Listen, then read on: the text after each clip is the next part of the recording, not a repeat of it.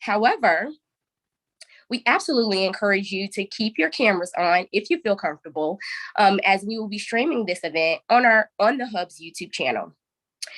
We also want to note that while your cameras don't necessarily indicate that you will be featured on the screen, it does indicate that there is a possibility that you could be.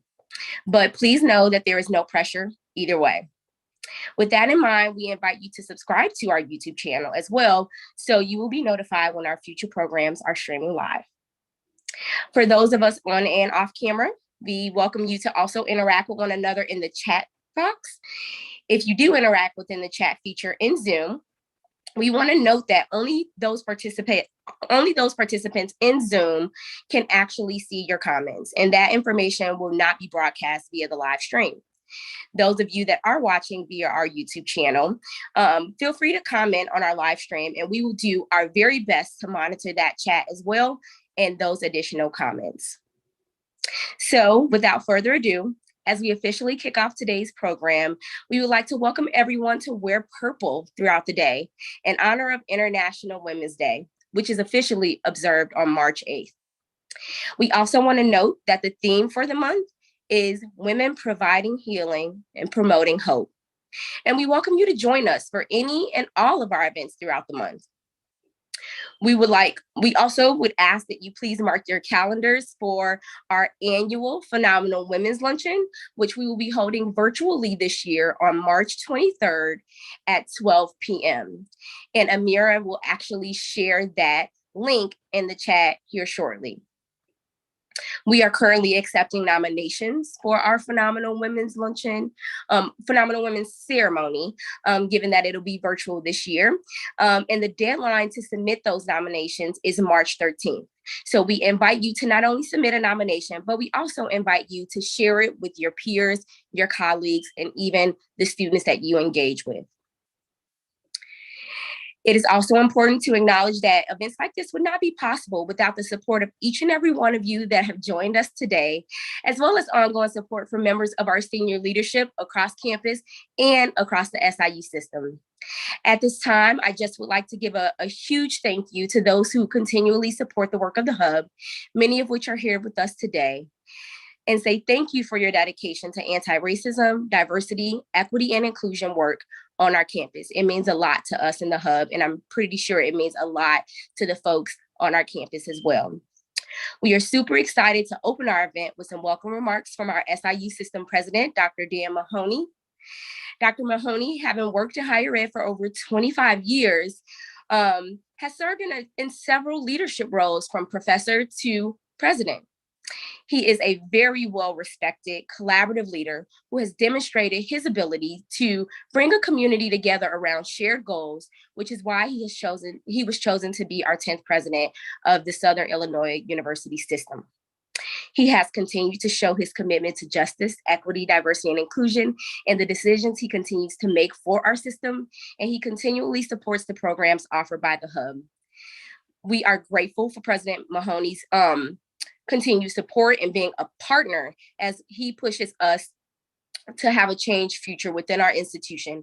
And we are glad to have him with us today. Please join me in inviting President Mahoney to offer welcome remarks. Thank you, Tarsha, and it's my pleasure to welcome you all to this kickoff to Women's History Month. And I don't know if you can see it, but I do have my purple tie on. So I follow the instructions in celebration of Women's Day, which is actually observed on March 8th. Women's History Month, which is really a celebration of the contributions of women to history, culture, and society, has been celebrated since 1987 every March. And the objective is to feature the accomplishments of women across a wide variety of fields, including business, engineering, politics, education, entertainment, and so many others. And women have clearly played a critical role in US history. However, for most of it, this has been severely overlooked. And I will say, as a history teacher, I'd be remiss if I did not note that this overlooking of women in history is even greater for women from lower socioeconomic classes and women of color. And today, really, in this whole month, is an opportunity to recognize the diverse group of women who've changed the world in countless different ways. As Tasha mentioned, the theme is Women Providing Healing and Promoting Hope. This theme, according to the National Women's History Alliance, is both a tribute to the ceaseless work of caregivers, frontline workers during this ongoing pandemic, and also recognition of the 1,000 ways that women of all cultures have provided both health, healing and hope throughout history. Given our strength in the SIU system in the health professions, it's not surprising that we have many, many women in our system to whom this applies. That certainly includes our Chief Diversity Officer at the School of Medicine, Dr. Wendy Wills-Elamine, and our Chief Diversity Officer at the School of Pharmacy, Dr. Lakeisha Butler. So please join me in thanking them and so many other women who've made important contributions to SIUE, the state, and beyond. Now, I must apologize. I do have to get to another meeting today, but I'm glad I'm able to be here with you to at least start the event. Hope you have a wonderful event today and a really successful month in celebrating women's history. So thank you so much. Thank you so much, President Mahoney, for those words. It is definitely some food for thought as we begin. Hi, everyone. My name is Amira Abwaza, and I'm one of the programming graduate assistants at the Hub. Now, I have the opportunity to share a special video from our next speaker, the Chancellor of SIUE, Dr. James T. Miner. Chancellor Miner is SIUE's 10th chancellor, and he actually begins his duties today. He is regarded as an innovative leader that has a strong focus on student success throughout his professional life. Dr. Miner's threads of improving student access, opportunity, diversity, and achievement is a reoccurring theme. We are so excited to have him as a new chancellor for our university, and we appreciate his support of the Hub and look forward to his continued engagement at our events, and he shows commitment to the students. Please help me as we receive a heartfelt welcome from Chancellor Miner. Greetings, I'm Chancellor James T. Miner, and it is my honor to welcome you to our Women's History Month celebration. First, I must thank SIUE's Inclusive Excellence Education and Development Hub for organizing our Women's History Month activities. I cannot underscore enough the importance of shining a spotlight on women's incredible contributions to society, this institution, our personal lives, and the many ways in which their impacts will be felt for generations to come. I look forward to learning from the amazing women of SIUE. Our faculty, staff, and students are and will continue to be history makers. These women are scholars, educators, influencers, visionaries, mentors, mothers, sisters, wives. I could go on, but I think you get my point. Our SIUE newsfeed features just a few of the many standout women associated with our university. Dr. Suzanne DeSalvo and Rachel Tinial are among the female difference makers who were nominated by students for their incredible influence. Dr. Umardeep Kaur has been named chair of the Institute of Electrical and Electronics Engineers St. Louis section. Dr. Lakeisha Butler served on the national task force that revised the Oath of the Pharmacist to incorporate equity, diversity, inclusion, and anti-racism. 2015 business alumna Rebecca Tucker, CPA, was named to the Missouri Society of Certified Public Accountants as the 2021 Outstanding Young Professional. Clearly, this is not an exhaustive list, but just a few worthy highlights. Let me conclude by thanking you for participating in this Women's History Month kickoff event. I hope you will support the Hub's activities throughout the month as we learn about, honor, and celebrate women.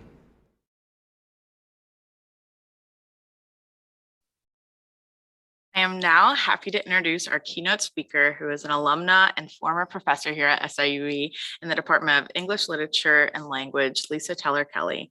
Lisa Teller Kelly won the 2015 State of Illinois Emerging Writers Award.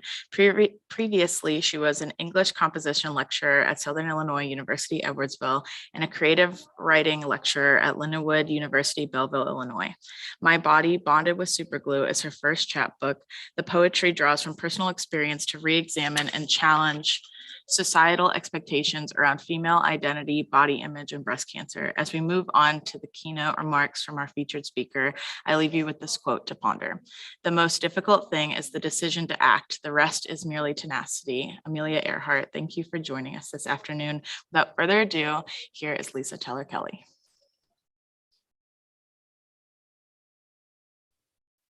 Hi, everyone, and thank you so much for allowing me to speak today for Women's History Month. And I want to thank the Hub for providing me with that honor. As an alumni, I'm proud to be part of SIU history. I received my bachelor's in English in 1993. Then in 2010, I graduated with my master's of arts in English. The last 12 years I spent teaching as an adjunct here at SIUE. Now, in 2022, I still call SIUE my college home. I still enjoy going to Lovejoy Library. I feel comfortable when I research there and ask for information, and I still look to SIU for mentors to read over any type of scholarly writing projects. I keep coming back to SIUE because I'm accepted for who I am, Lisa Teller Kelly.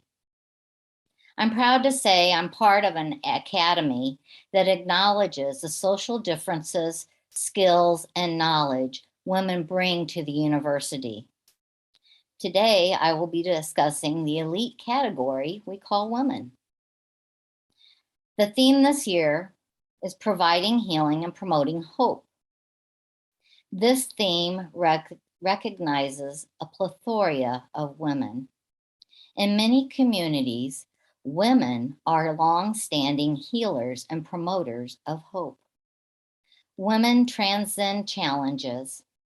We persevere painful experiences and critically review how difficulties are overcome and how higher achievements are maintained. We demand changes that hold women hostage. When women nurture women, we are often applying bandages to unseen wounds. At the same time, we heal neighborhoods because women are so tightly woven into the fabric of their communities. Women are vital and irreplaceable. Together, we are the fuel and engines continually healing and promoting hope. In the past 2 years, I believe women have been more recognized as healers and advocates of hope than in previous years. The world stage watches as women promote hope, as we avoid judgment and pettiness when serving others and believing in more than ourselves. The world watches as women bare their hearts, share experiences, and speak facts. Look into other women's faces and recognize yourself without holding pity or prejudice. Look deep into women's hearts who act.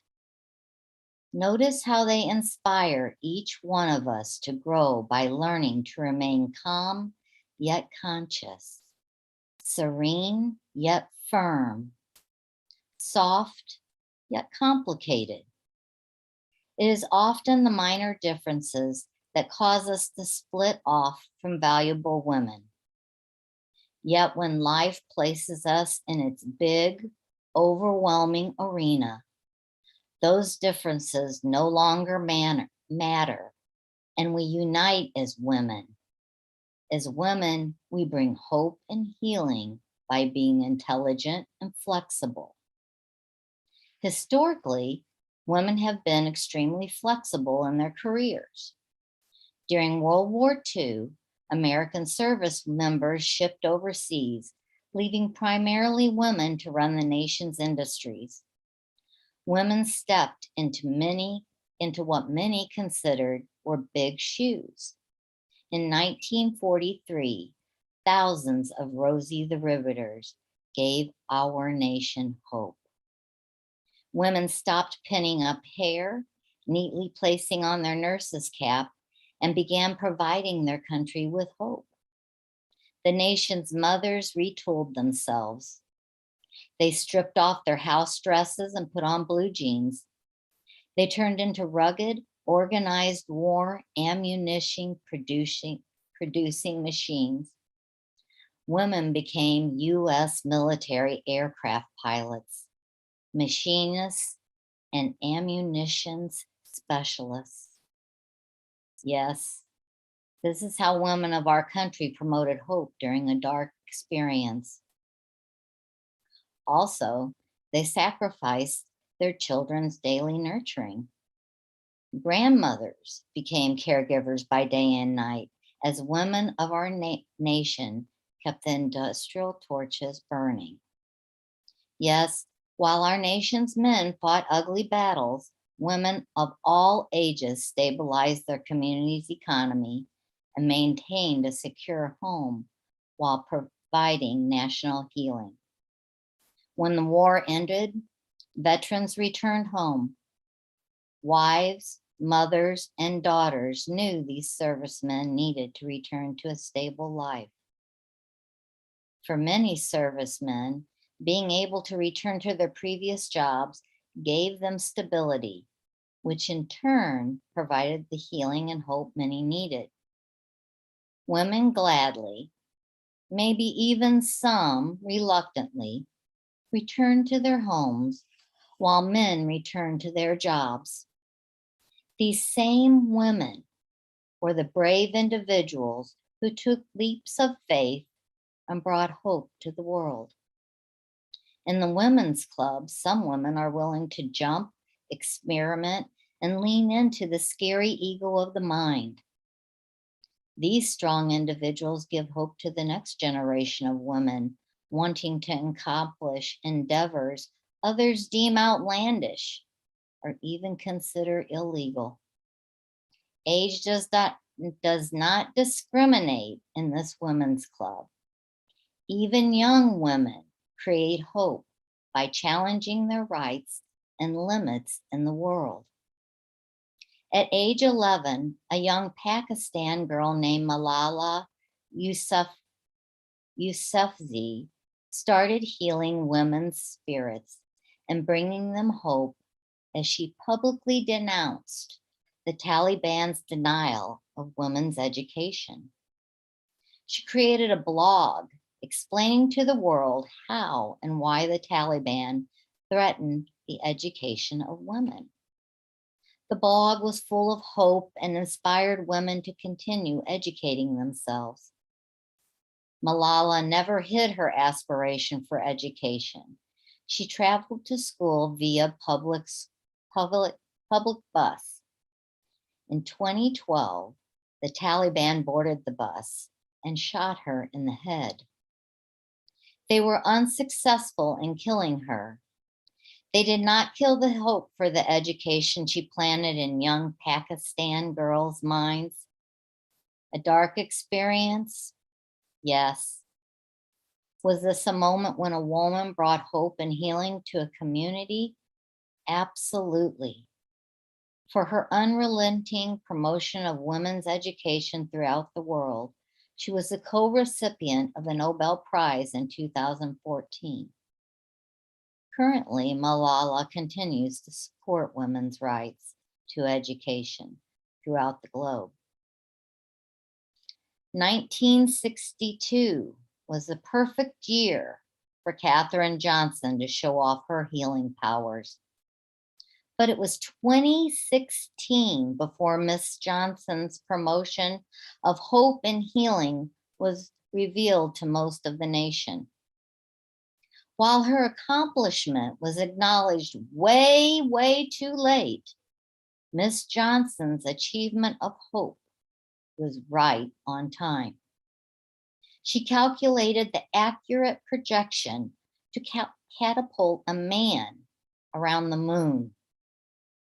As NASA prepared for the orbital mission, John Glenn called upon Katherine Johnson to run the exact numbers through the same equation programmed into the computer, but by hand.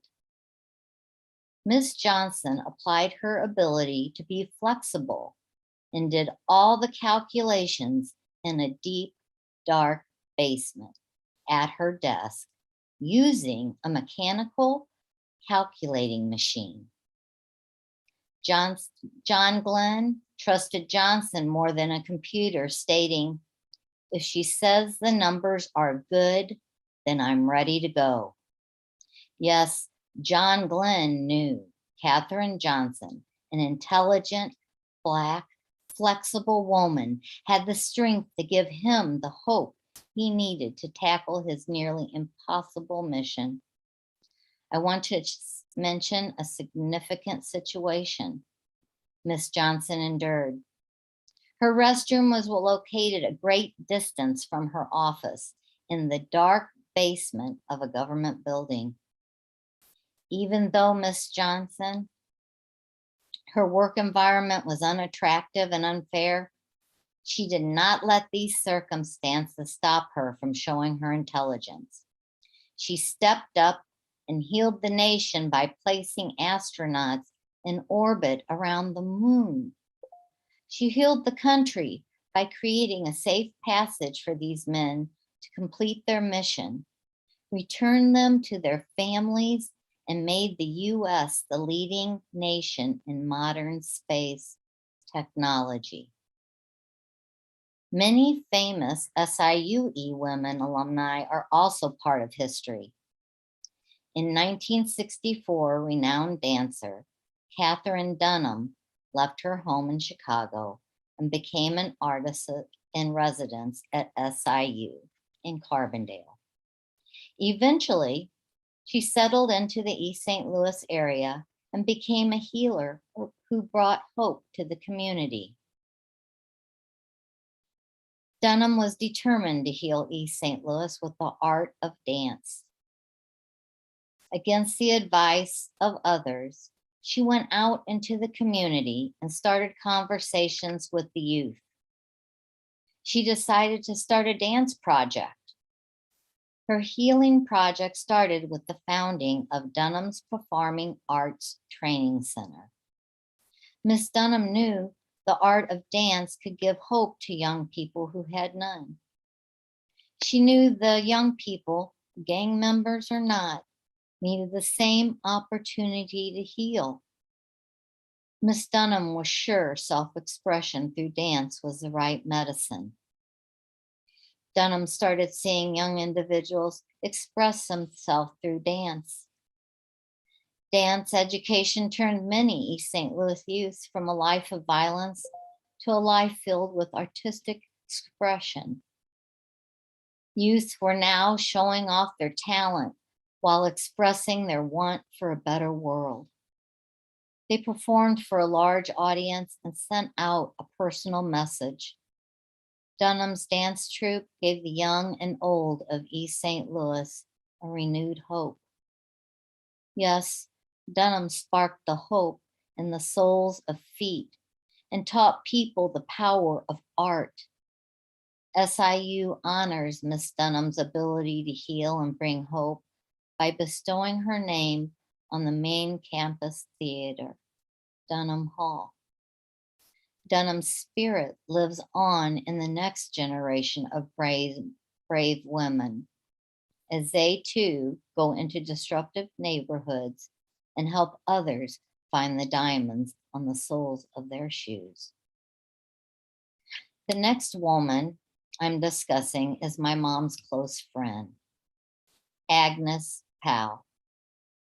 Agnes Powell was a powerful SIUE woman whose disruptive life did not begin in the United States. Agnes was born in Hungary in 1936. As a child, Agnes and her family were taken to the slave labor camps by the Germans, where she endured many atrocities. Living through these inconceivable trials made Agnes a strong young woman with aspirations of a better life. At 21, she immigrated to the United States.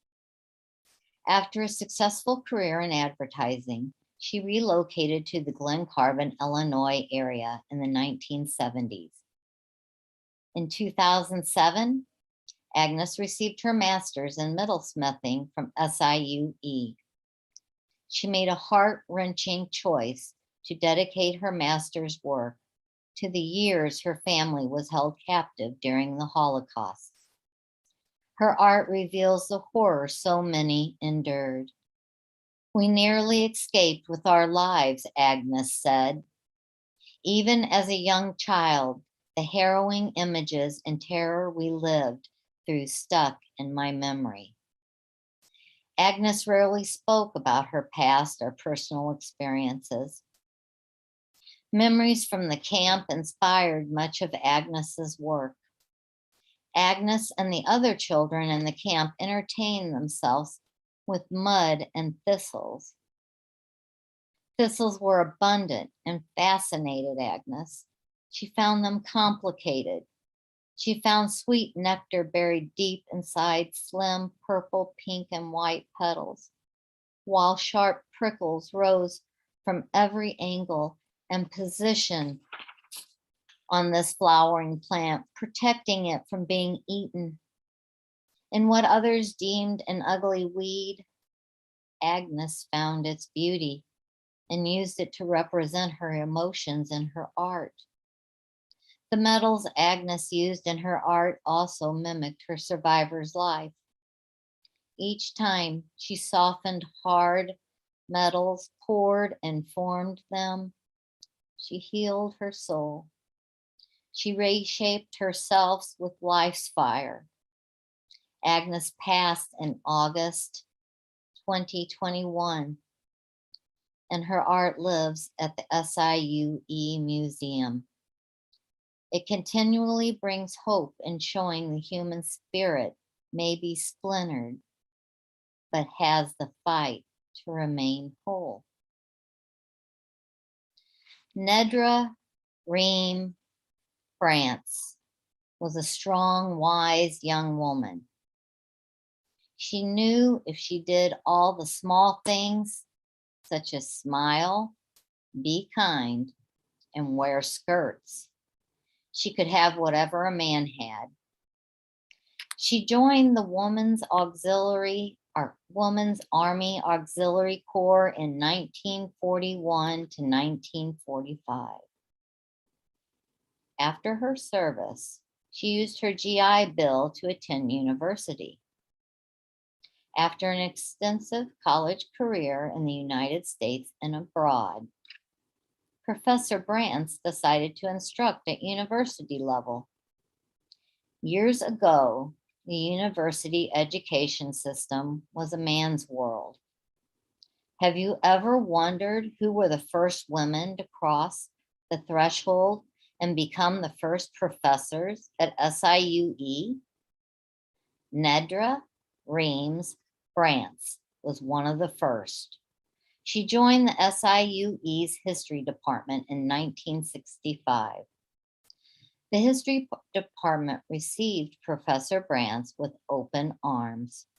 So how did Professor Brantz become accepted into the men's academic world? Again, she acted appropriately by doing the small things expected from any professor. She was very articulate when she spoke, wore professional clothing, and wrote and published scholarly articles.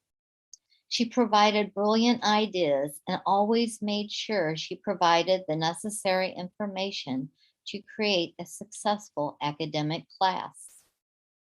Her male colleagues always admired her modern ideas and how she developed them. At one point, Professor Brantz did not earn the same salary as her male colleagues.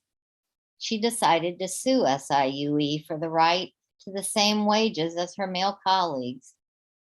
Although she did not exactly get what the men received, she received a significant salary increase. There was no retaliation for the suit. Yes, Professor Brantz's bravery healed the income bracket for the next generation of female professors. It would not be wise of me to lecture you as if SIUE women are the only strong women. I'm going to take a moment and talk about Mildred Ellett Taylor. She was my mom. In 1968, Mom gave birth to Robin, her fourth child. Shortly after Robin arrived, the doctor said that Robin was hydrocephalic. Simply put, she had water on the brain. Mom contracted rubella in her 3rd month of pregnancy, but did not know it. The doctors recommended that my parents institutionalize Robin. Mom took it upon herself to research Robin's illness. After months of research, she found a surgeon in Philadelphia, Pennsylvania, who invented the shunt. This device could potentially relieve the brain's fluid and maybe save her life. Robin and my parents traveled to Pennsylvania, and Robin had surgery performed. Although Robin was profoundly disabled, both physically and mentally, she was alive. My mom worked her entire life providing a high quality of life for Robin. She always lived at our family home, attended special needs school, wore the latest fashions, and received the best medical care. Doctors told Mom Robin would not live past the age of 12. They were wrong. Mom never gave up hope that she could give Robin a happy life. Mom's hope brought healing to Robin for 53 years.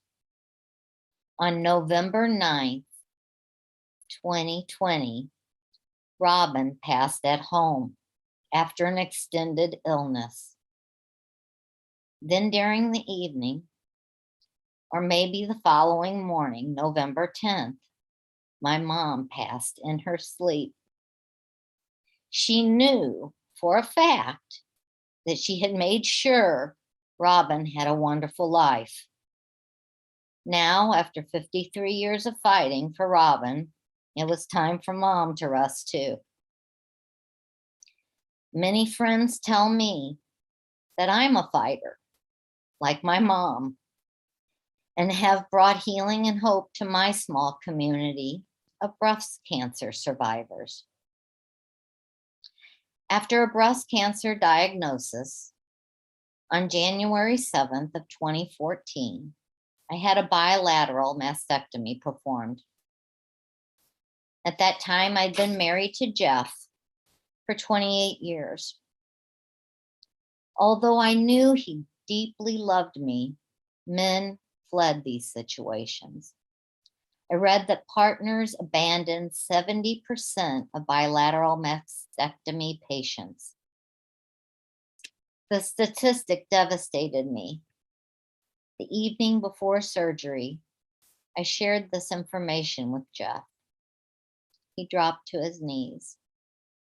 He told me I was more important than my breasts, and we would heal together. I journaled the good, the bad, and the ugly of breast cancer.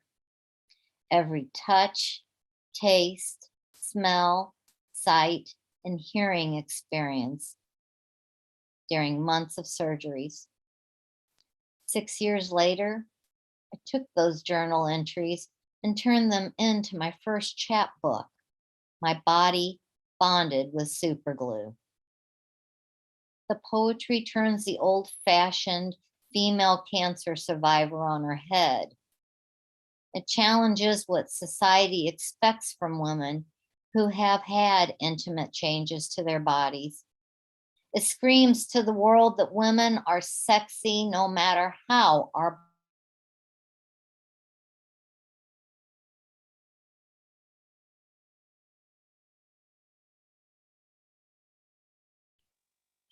Like every woman I have discussed, each of you has a story. Your story is also one of hope and healing. You must be brave and search for the big in other women who deem themselves small. You must help women understand society's assumption do not shape their future.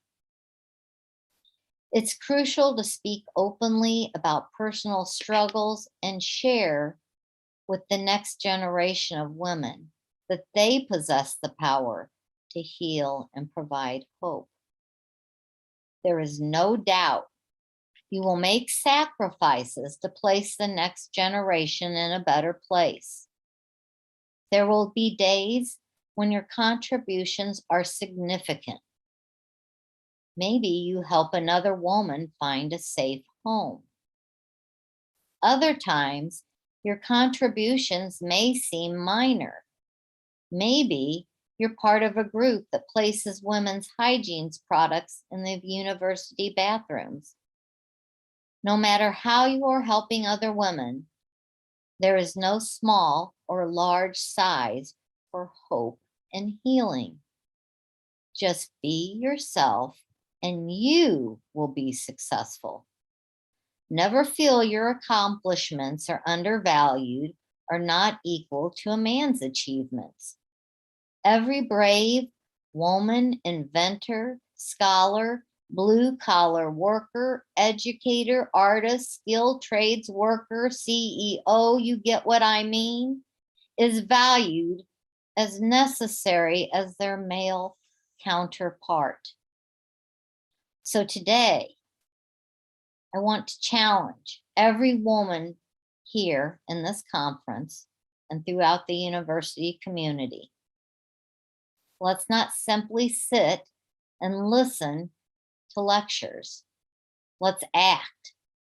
If you're part of the university community, work to support the hope and healing of other women here. Watch for women who may need help. You have the power to help other women find hope and healing. Are you a sorority member? Commit to having a diverse membership regardless of economic background. Some of the most dedicated and profound thinkers come from challenging backgrounds. The next time a sorority applicant may be a woman who doesn't wear makeup or dresses in the trendy clothes or has full wallet. But remember, these are the women who protect our nature. These are the women who create rave fashion design. They start with a nickel in the morning and turn it into a quarter by the end of the day. Bring diverse women into your sororities. It's not just the right thing to do, it's the intelligent thing to do. Take a good, hard look at the university community. Make it a point to start asking yourself questions. Are the women in your community getting the appropriate support and mentoring? Ensure every female student, staff, and faculty receives the support needed to create a successful future. If you see a woman struggling, ask if you can help. Find her the correct academic advisor in the proper discipline.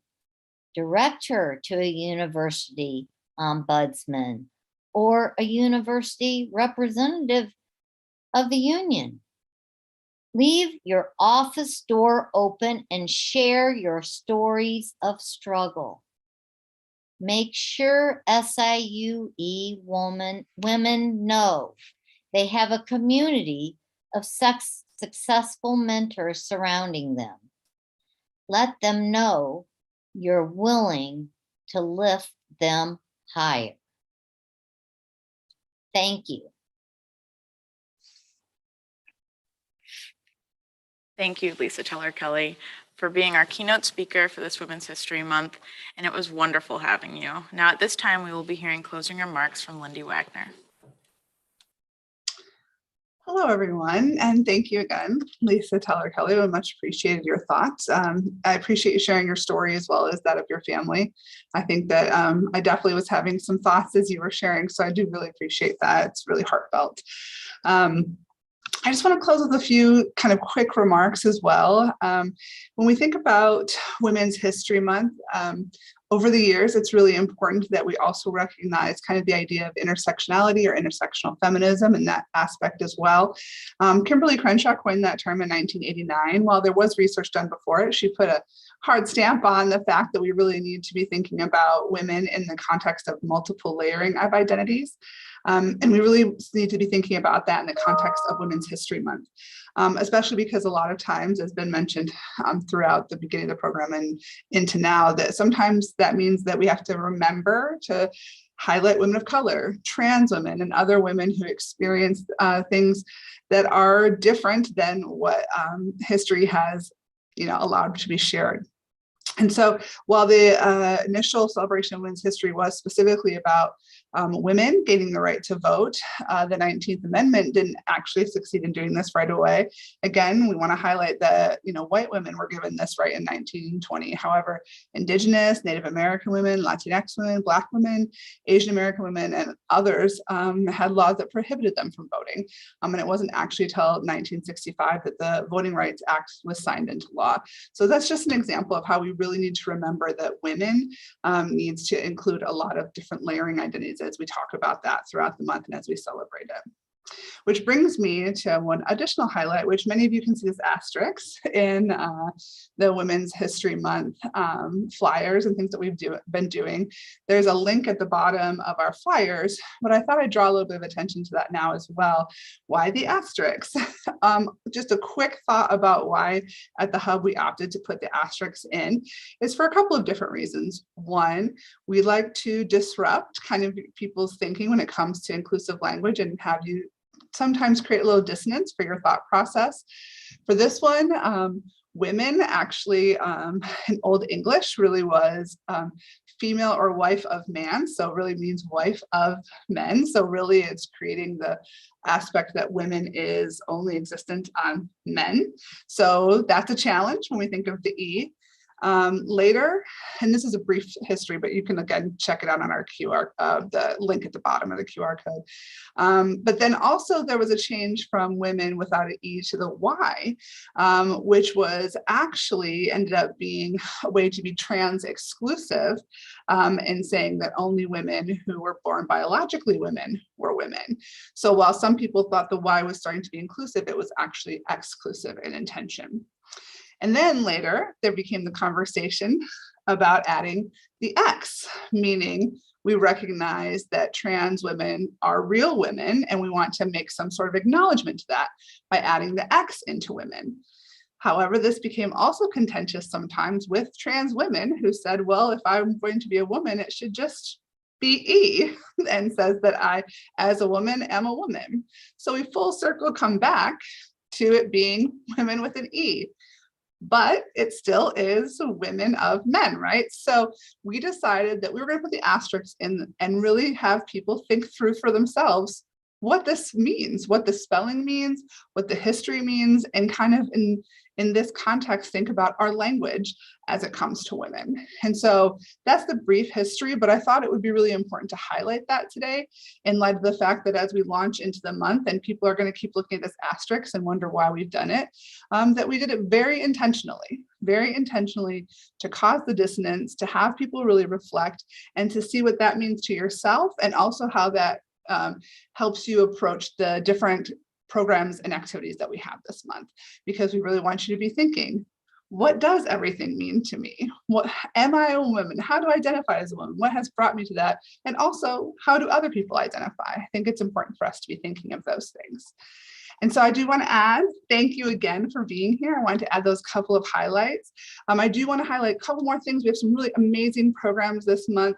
Our next one's coming up this Thursday. It is a system-wide event sponsored by the advanced team about equity and inclusion in the SIU system and beyond. And it's a virtual connection and collaboration event.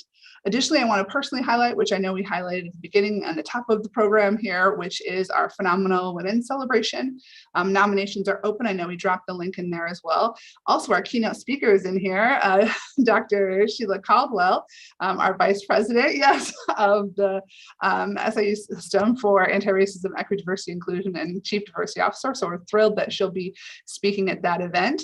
And we also have actually, I think our opening and closing remarks, people were in here at different points as well. So we're really lucky to have some really amazing people speaking at that event, and it will be an opportunity to celebrate women who are phenomenal. So we really encourage everyone to come to that if we can.